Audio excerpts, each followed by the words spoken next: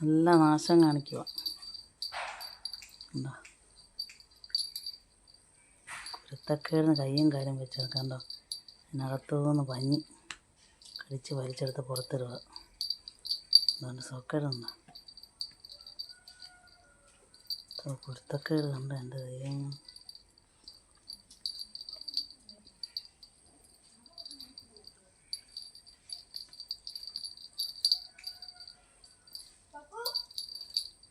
കുരുത്തക്കേട് കാണിക്കുക അവൻ.